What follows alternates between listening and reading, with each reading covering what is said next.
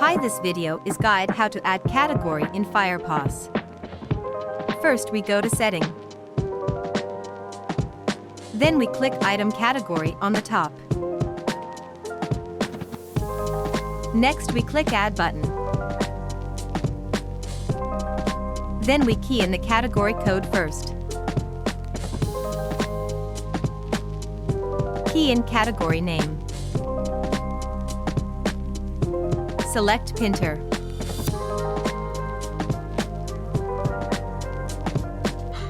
Select cashier's category display color. Key in sequence number. Then tick active. Last we click the save button.